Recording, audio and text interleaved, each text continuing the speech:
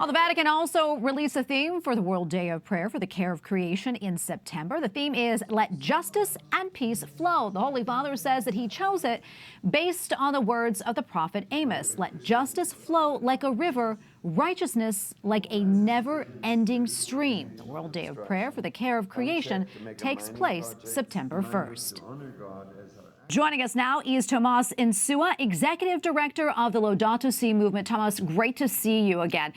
Can you tell us about some of the other highlights from the news conference today?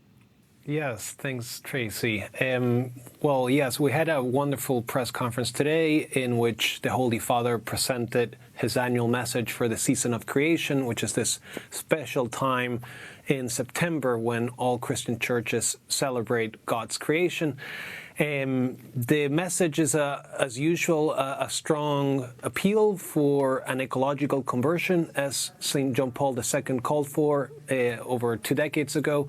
It's an appeal for us people of faith, us Catholics, to change our hearts, to undergo this conversion, to repent from our ecological sins, as the Pope writes, quoting Ecumenical Patriarch Bartholomew, that we need to transform the way we relate to God's creation, that this wonderful gift, the sacred gift we got from God, we are mistreating it and abusing it, and just requires an urgent change. Well, anyways, the Pope's message elaborates on a few, let's say, specifics, and it's basically an encouragement to leave this special time in September at its fullest. And Tomas, I know you spoke at the conference and you drew a comparison between the leadership of some global leaders and that of Pope Francis. Can you talk to us more about that? Yes, indeed. The Pope has in his message very strong words about the status quo, the business as usual. In particular, he has a word for the COP28 summit, the UN climate summit that happens annually, about implementing the Paris Climate Agreement. And he has strong words calling on world leaders to stop fossil fuel extraction and exploration and expansion, which is in direct contradiction with the Paris Agreement. Again, building on the legacy of his successors, John Paul II, many years ago, 2-3 decades ago, already called out fossil fuels as a main driver of this crisis.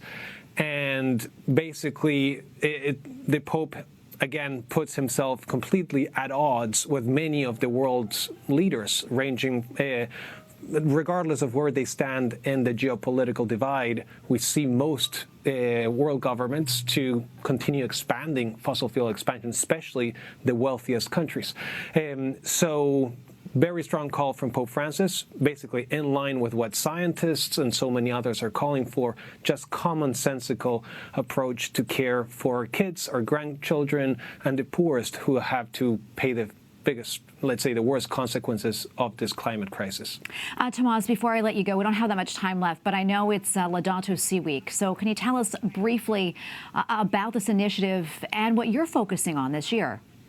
Yes, Laudato Si Week is at full swing, and we're seeing countless film screenings of the Letter, this wonderful movie about the encyclical letter, Laudato Si, which basically is being screened in local parishes, communities, schools, etc., all across the globe.